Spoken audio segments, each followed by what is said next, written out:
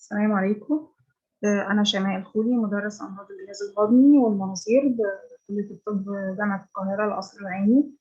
النهاردة أنا هقدم حالة عن ESD but it's not a usual case, it's a complicated case of ESD. Our patient is a male patient, 48-year-old. He's a known case of neurofibromatosis type 2. كان عنده gastric flat lesion type 2A وكان فيه previous trials of resection before he was referred to us for ESD.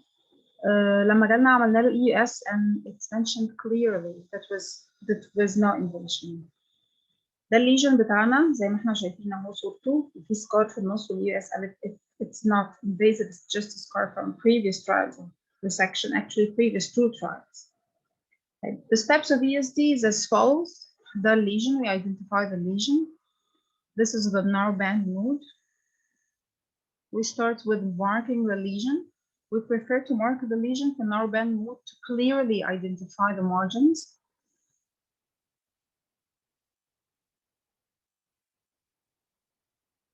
And then afterwards, we go on with the submucosal injection.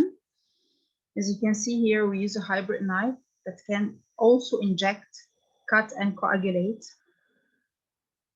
Then after the circular incision, we go for submucosal dissection.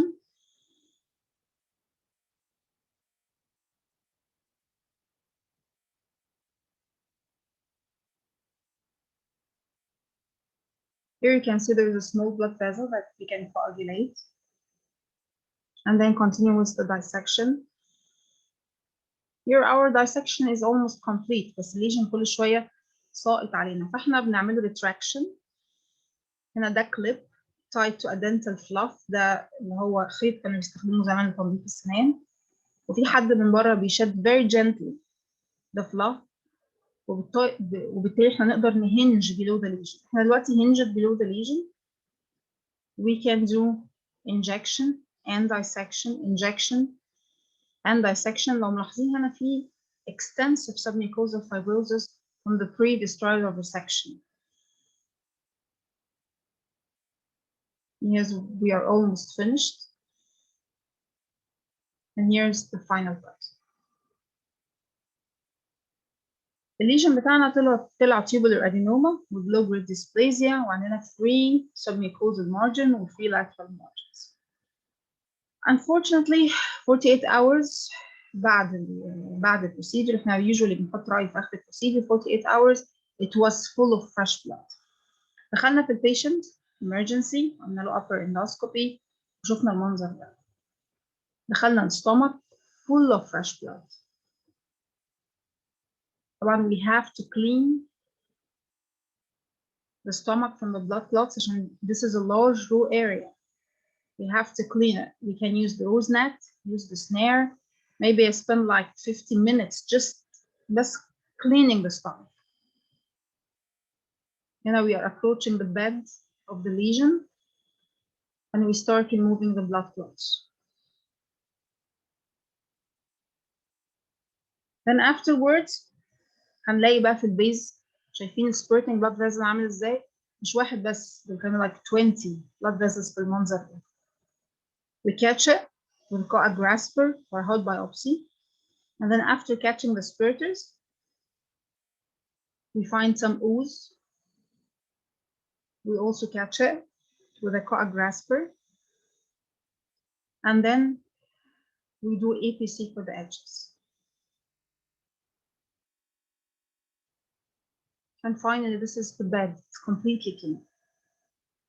Al-Ainy, he was discharged. Our patient was discharged and he was off bleeding and he was vitally stable and he was discharged safely home. 2 weeks later, he started to complain from frequent attacks of vomiting. عملنا له upper endoscopy. لقينا المنظر ده. This is the bed of the lesion. This is a scar with an ulcer. This scar is just in front of the pylorus, just pre-pyloric.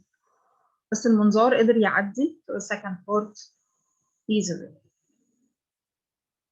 Again, you see this ulcer. So we decided to give the patient a trial of proton pump inhibitors for 2 weeks. However, the symptoms للأسف didn't improve, and we took a decision إن إحنا نعمله endoscopic balloon dilation.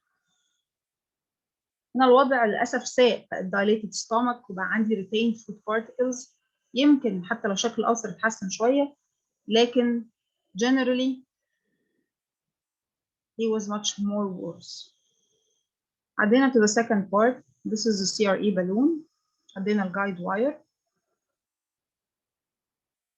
خربناه، and we start to inflate the balloon.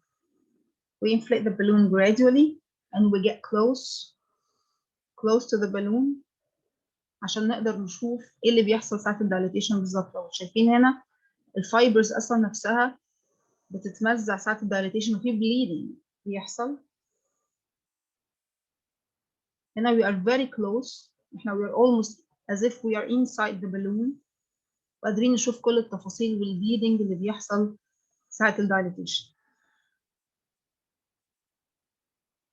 Then we deflate the balloon gradually. هنلاقي لازم هيحصل فيه bleeding، لازم يبقى فيه شوية blood، وإلا كأننا ما عملناش حاجة. We suck the blood and wash. والمنظر هو بقى dilated كويس. The symptoms actually disappeared from a single session of balloon dilation. And here is the 1-year follow-up. بنقدم الحالة دي عشان نقول إن from our complications we learn. This is our team and thank you.